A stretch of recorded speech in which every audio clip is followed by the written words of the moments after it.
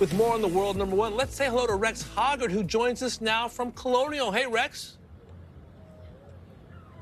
Morning, Damon. I cannot overstate how much momentum Scottie shows up. Some might say a monsoon of momentum when you consider, and this isn't just Sunday at the PGA Championship to get that third major victory on his resume, but considered the week before that in his last regular PGA Tour event, it was in Dallas, just down the road at the Byron Nelson. He only won that by 8 strokes. He had an opportunity to talk with Scottie today, and as expected, it was business as usual.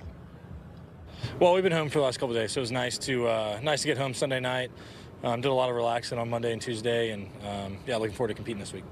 I heard there was a celebration Sunday night. Any highlights?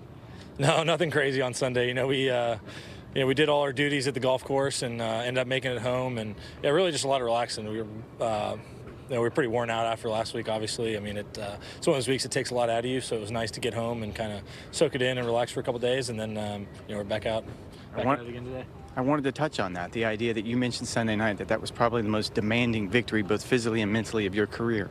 Why was that? Well, I think it was mostly just the battle that the week kind of entailed for me. I was kind of battling my swing at the beginning of the week, but, like I said, I did such a good job of scoring. Some of the best I've done in my career, I think, and really just battled. And then you look at Sunday as another day where I started off with the lead and lost it and had to, really dig deep to kind of find my swing in the middle of the round, and was able to do so, and was fortunate to be walking away with the trophy. You've done this a couple times in your career, but what are the keys to coming back after a big victory and playing like this? Well, I think me personally, I got to have the understanding that my prep work is not going to be what it normally is. I wouldn't be doing as much relaxing on Monday and Tuesday if it was a normal tournament week. But coming off a major, I just got to, obviously my game's in a pretty good spot. And so, just get rest. And I know the golf course well, so there's not a ton of prep work I need to do. I think most of it is just giving my brain a rest, giving the body a rest, and getting prepared for another 72-hole event. Now, you came close here last year. It's obviously a golf course. It's going to fit your game. What is it about that course you love so much? I just think it's a really good test of golf. I think it's one of those golf courses where when you're on, you can score really low, and when you're off, the golf course seems so difficult.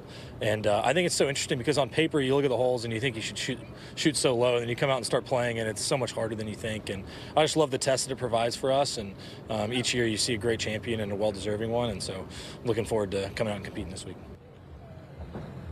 Now, you heard Scottie just say his practice has been limited this week. He didn't even come out to the golf course on Tuesday. Obviously, he was getting some rest after that victory on Sunday. And he is a creature of habit, so that's something to keep an eye on. But I was talking with players on the range this morning about the idea that somehow Scottie might show up rusty or tired. And I had one player that brought up to me really, really quick that the last 3 years here at Colonial, he has finished second, third, second. So I don't think anybody's worrying about Scottie right now. Guys? I'm definitely not worried about the #1 player in the world. I'm a little bit worried about Rex, who thought it was morning. It might be morning in Hawaii, but it is the afternoon. So good afternoon, my friend. Great stuff from Rex Hoggard out in Fort Worth. I'm just teasing him.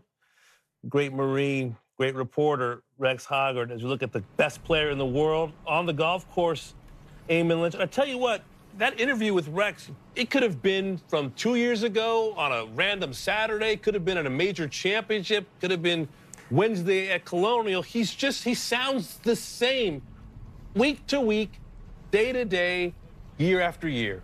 Yeah, it sounded as though he just won the member guest at his local club, and the celebrations weren't too wild, and he was happy to get home to bed. But that also, I think, speaks to part of the reason why Scottie Scheffler is as successful as he is. He leads a very uncomplicated, uncluttered life, and there's nothing gets between him and the job at hand when he's inside the ropes. And on a week like this, I think it's a pretty low-key week for Scottie Scheffler. It's basically a home game. He doesn't need a lot of work around the golf course, doesn't need to learn a golf course, because in the way he did last week, I mean, he really didn't have any experience going to Quail Hollow outside of a President's Cup. He's got plenty of experience at this golf course and plenty of experience of putting himself in the mix, as Rex just pointed out, every week. So I don't think there's any concerns that he's playing catch-up here. No, but I do think he's going to remain motivated and hungry. It's who he's always been. And one of the things I loved to do when I first started covering golf was look at some of the resumes of the best players of all time. I always thought that Sir Nick Faldo had one of the coolest resumes with 3 green jackets and 3 claret jugs. There's balance to that. It's just a lot of balance. And there was a lot of balance to Scottie's 2 Masters and 2 players. But you get the sense that this mantle is only going to get busier and more crowded as the years wear on, because he keeps things so simple, Same coach, same team. There's mom and dad behind the 18th green.